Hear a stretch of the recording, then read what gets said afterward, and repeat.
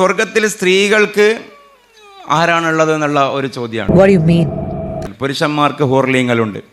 ഒന്ന് സ്വർഗത്തെക്കുറിച്ച് പറയുന്ന ഒരു കൺസെപ്റ്റ്, അതും ഈ എക്സ് മുസ്ലിംസ് വല്ലാതെ തെറ്റിദ്ധരിപ്പിച്ചിട്ടുണ്ട്.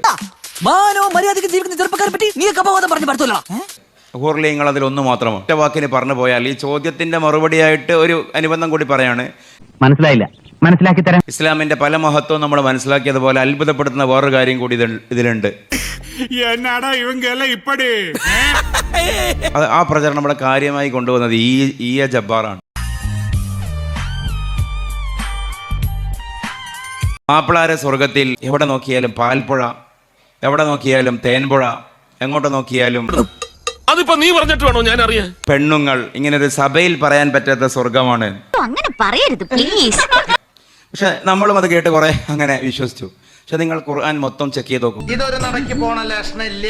ഖുർആനിൽ പറയുന്നത് ഒരു ഡ്രീം വേൾഡ് അല്ല, ഒരു റിയൽ ലൈഫാണ്. കൃഷിയുള്ള, കച്ചവടമുള്ള, നഗരങ്ങളുള്ള, ഗ്രാമങ്ങളുള്ള, തോട്ടങ്ങളുള്ള, ഗ്രാമീണ ഭംഗിയുള്ള ഒരു ലൈഫാണ് സ്വർഗം. അപ്പൊ നിങ്ങൾ ആലോചിച്ച് നോക്കി, എന്ത് ഭംഗിയായിരിക്കും സ്വർഗം. സ്വർഗം എന്ന് പറയുമ്പോൾ നമ്മുടെ മനസ്സിൽ പെട്ടെന്ന് കയറുക ദുബൈ മാളൊക്കെയാണ്. അല്ലാത്ത കാര്യങ്ങൾ പുകഴ്ത്തി പറയണമെന്ന് എന്നോട് പറയാൻ പറഞ്ഞു. ഒന്നുമല്ല, ഒരു ഗ്രാമമാണ്, ഒരു തോട്ടമാണ് സ്വർഗം. 1400 കൊല്ലം മുമ്പ് ഖുർആൻ എന്താണോ പറഞ്ഞത് അത് തന്നെയാണ് 2025-ലും. ഒരു മാറ്റവും ഇല്ലല്ലോ.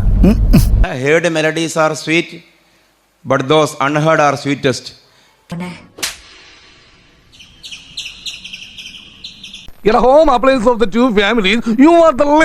കേട്ട പാട്ടുകൾ മധുരതരം, കേൾക്കാത്ത പാട്ട് അതിമധുരം. തോന്നുന്നു അർത്ഥം പറഞ്ഞൊന്നും കേട്ടില്ലേ.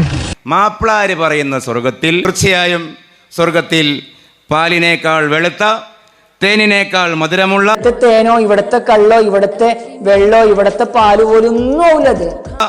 കസ്തൂരിയേക്കാൾ സുഗന്ധമുള്ള പാനീയം ഉണ്ട്. സ്വർഗത്തിൽ സ്ത്രീകളുണ്ട്. പുരുഷന്മാർക്ക് സ്ത്രീകൾ നിർബന്ധമാണ്.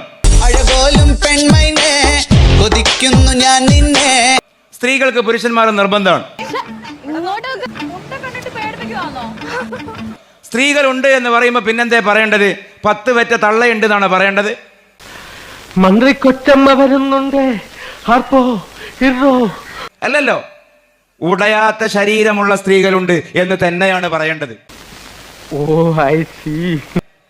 എന്ന് തന്നെയാണ് പറയേണ്ടത്. അതാണ് ഡീസൻസി.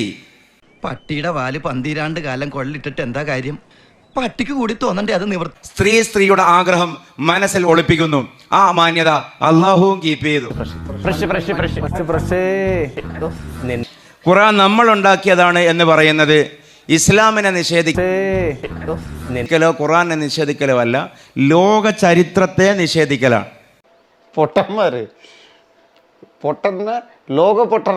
അള്ളാഹു നമ്മുടെ ഈ സംഗമം, ഈ പറച്ചിൽ, ഈ കേൾവി സ്വാലിഹായ അമലായി നമ്മളിൽ നിന്ന് കബൂൽ ചെയ്യട്ടെ.